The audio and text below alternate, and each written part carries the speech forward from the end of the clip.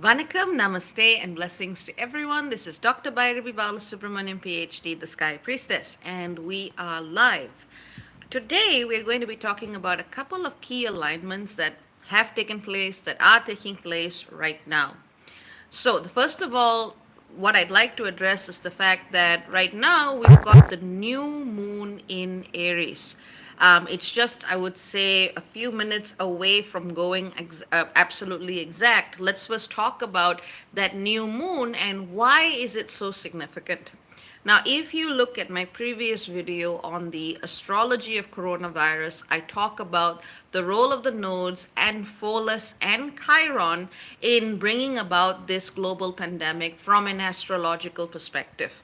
Astrology does not show direct causality. At best, it can show patterns of correlation over time.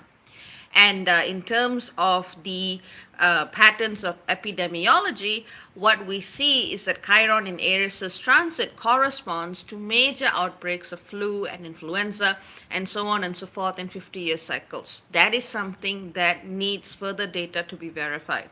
I am very careful in making claims about this because I don't want people to suddenly go, oh, you've Chiron here in early Aries, you're going to die. No, that's not what that means. From a global perspective, I've already given people some insight in my last article, The Astrology of Coronavirus. It's an article and a video, and you can look it up on my YouTube channel. So, having said all of that, the key point, key take home message that I want you to, take from this part of the discussion is that this new moon in Aries, just about to go exact, is conjunct Chiron. So at this time, the new moon the new moon in Aries is at 4 degrees Aries and Chiron is at 5 degrees Aries. So we're basically looking at a 1 degree difference. And when we think about Chiron, the energy of the wounded healer, and I talked about this in great depth in my Tier 23 video yesterday, and again, I repeat, that is where I focus most of my astrological and spiritual teachings. You need to get in on this if you want more of my time and attention, because there's so many of you and there's one of me.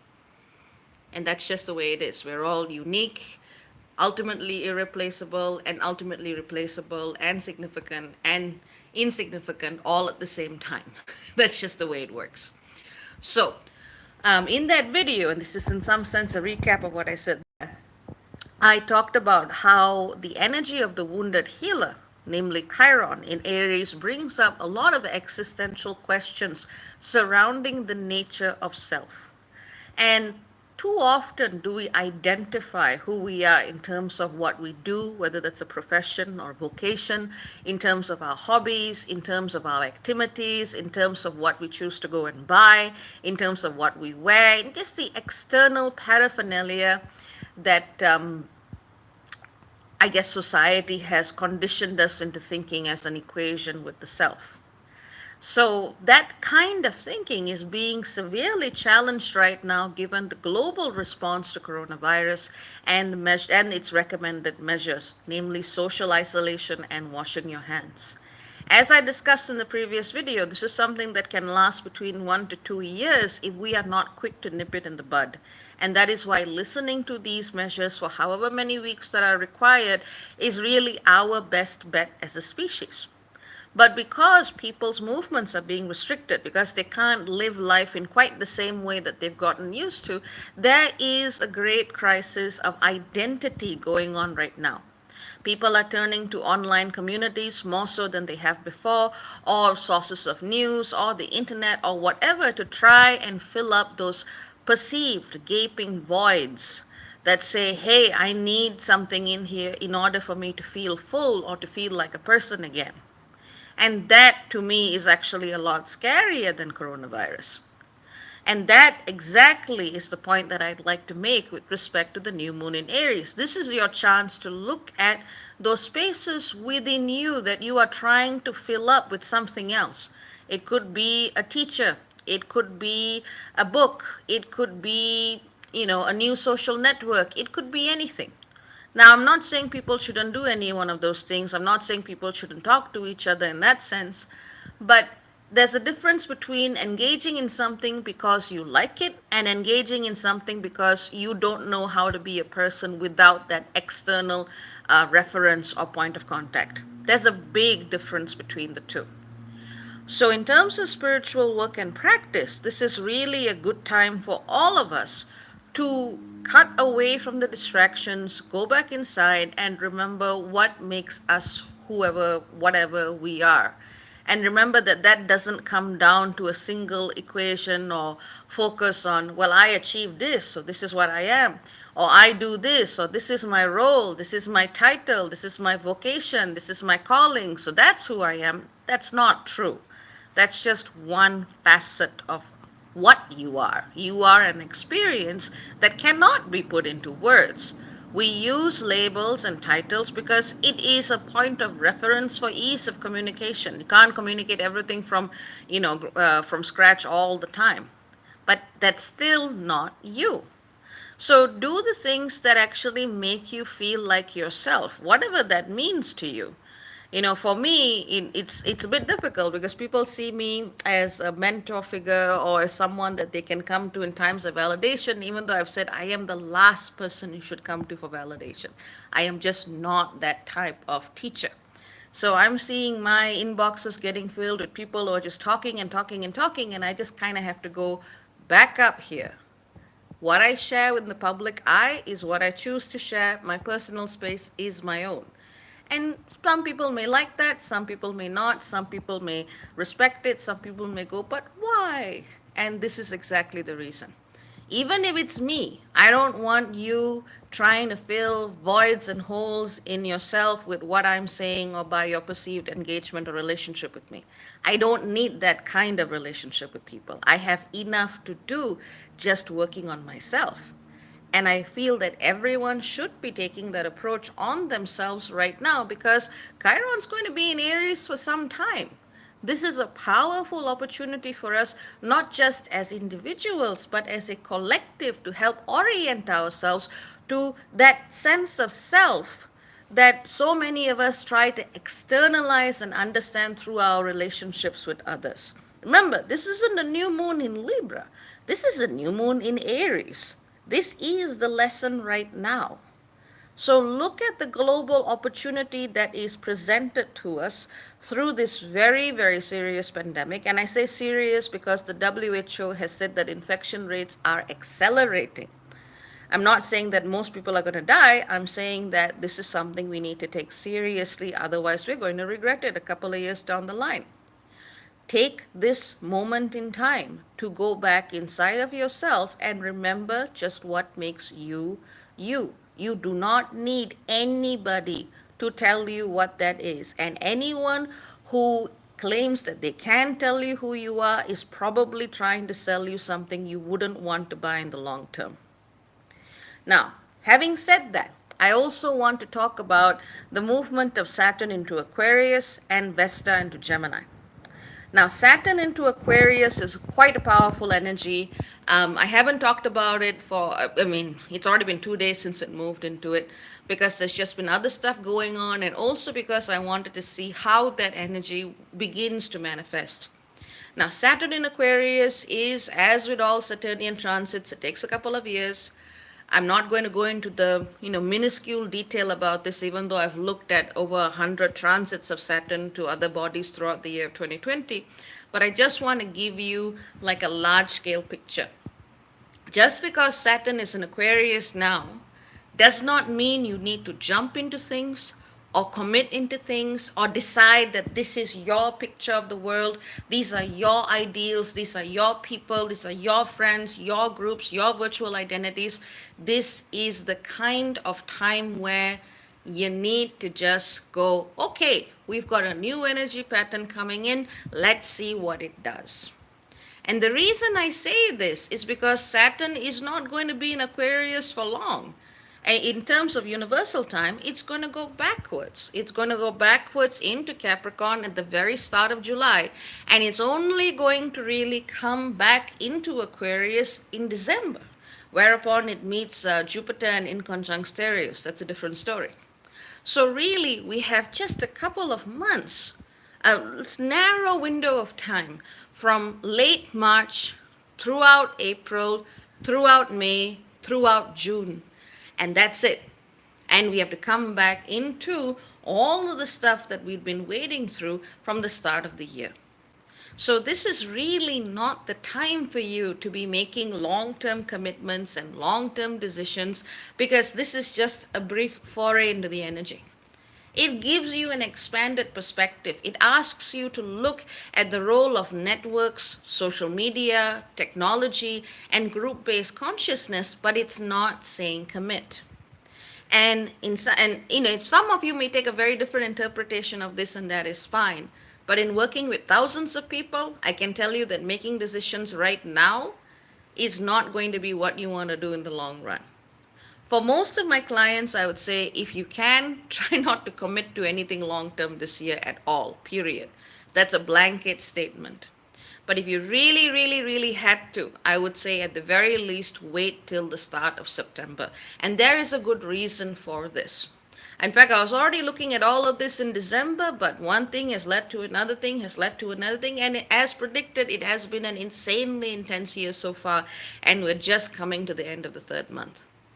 The reason why I say don't commit just yet is because we have, at the same time as Saturn is now at 0 degrees Aquarius, we've got Vesta in Gemini. And Vesta is, if you look on my website, www.bairaveebalasubramaniam.com, there's an article called The Cycles of Vesta. You can just type in Google, The Cycles of Vesta, Bairavee, and you will find it. So effectively, Vesta's energy, right now at 1 degrees Gemini, is asking us to push towards a certain type or path of karmic commitment. Whether you want to call it a calling, a duty, a sense of service, Vesta is whispering all of the words that's saying, this is the time, this is the moment, you've got to commit to this now, you've got to be the voice, you've got to be the vessel, you've got to be the purpose. And if I didn't know the rest of the year, I would say, yeah, sure, cool, go for it. But Vesta is going to be moving through Gemini all the way till the early part of June. And in that time, we are also going to be having a Venus retrograde through Gemini. If we didn't have the Venus retrograde, I would be saying, okay, cool, this sounds fine, go ahead. But because we will be seeing that coming up in the months to come, this is really not the time for you to commit to anything unless it's a short-term project. This is not at all the time for you to be looking at long declarations, signing contracts of a long-term nature at all. The world is changing too rapidly this year for you to want to claim some piece of identity or solid ground and say, this is permanent, this is concrete. It's not going to work that way. Some of you may feel very, very strongly about what you feel, and you're not going to take this message on board, which is fine. I am doing my job in delivering it. How you choose to receive it is up to you. So honestly, I would say if you absolutely have to put things down to paper and set some things in place, please wait till September. There is a very good reason for this. Throughout as the months unfold, well, like I said, number one, we're having Vesta and Gemini that can lock a lot of people into contracts that they don't need to take up. We are also going to be seeing a Venus retrograde in Gemini. We're also going to be seeing the shifting of the North Node and South Node into the signs of Gemini, Sagittarius. We see there's a lot of Gemini coming through.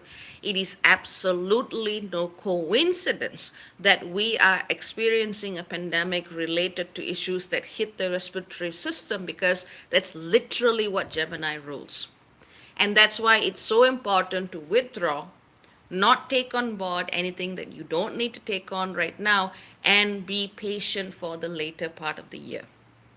The reason why I say September would be a better time to actually look at longer term commitments and whatnot is because, by that point, we would have already seen Vesta shifting into the sign of Cancer, which is a completely different energy. And August itself will be seeing the North Node in Gemini opposing the galactic center in Sagittarius. That's going to be happening in August. There's many other layers happening in the skies. So, like I said, don't jump the gun.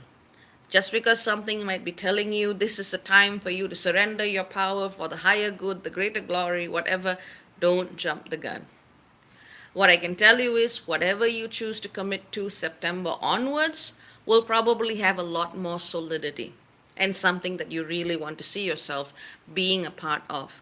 In the same way that I ask you not to fill yourself with things just because you don't want, just because some of you may not want to sit with yourselves, the same applies for groups, the same applies for institutions, organizations, especially things using the name of the greater good, the divine powers, the higher this, the higher that. I cannot tell you how many organizations I've come across that use this exact language for results that are the complete opposite. Just keep your eyes open, stick to you right now. Focus on refining your own innate connection with the divine and your own innate understanding of what the cosmos is telling you. Focus on refining your own being as a divine instrument, if you choose to use that language, before you decide to go do something else. I was telling this to one of my clients yesterday, and I don't want to go too much into her story, but effectively, she and several other clients of mine were so caught up in feeling so shook by what's going on with the energy right now that they just wanted to throw themselves into something. So, my work is basically, I'm not here to tell you what's right, what's wrong. This is my opinion. What you choose to do with it is up to you. So I asked her a couple of questions. I said, okay, all right, so what do you feel about this? What do you feel about that? Well, I don't know. I don't know. I heard about this and that. And there was just no real resonance of self. So I said, well, go back, do your research, think about things before you commit to them. Unfortunately, people are not thinking. They are going into fear mentality, panic mentality, the idea that they're not worth love, the idea that they don't exist. I know it's weird, but some of us have a difficult time believing that we are actually independent existences with our own autonomous natures, just because we've got very, very deep soul wounds in many cases. But, for those of you who are in that space, use the energy that is available to you right now and just learn to redefine what you are first before you decide to go surrender yourself or commit to something that's much larger than you. Spirituality should not require the sacrifice of the true self. Ego, yes. The negative ego, absolutely yes. That's the head that needs to get chopped off. But spirituality in the Aquarian age is not about you emptying yourself to become a hollow vessel. And unfortunately, that is what I see a lot of facilitators do with the best intentions. And then when they come to me 30, 40, 50 years after walking on the path, I kind of go, well, are you ready to do something different? And the answer is almost always yes. The choice is up to you. Do you want to walk that road, get yourself knocked about, beaten up, and wonder why God is not giving you what you give others? Or would you rather come to that path of service from a sense of self that is as whole as you can get it to be? That is the choice that is being presented right now to anyone and anything working in any spiritual field. Do not go for the shortcut answer. Do not try to fill that uncertainty with something that you think is larger than yourself. Spirit is one thing, but spirit is already inside you. So as long as you can remember that difference, as long as you can pause for a minute before committing to anything now, then I would say this video has done its job. And that's what I wanted to share with you today. Take care. Very many blessings. Think things through. Feel it from deep inside, from within you, before you decide to put your foot down and go one way or another. This is just not the time for it. And that's about it. Cha-cha for now. Bye-bye.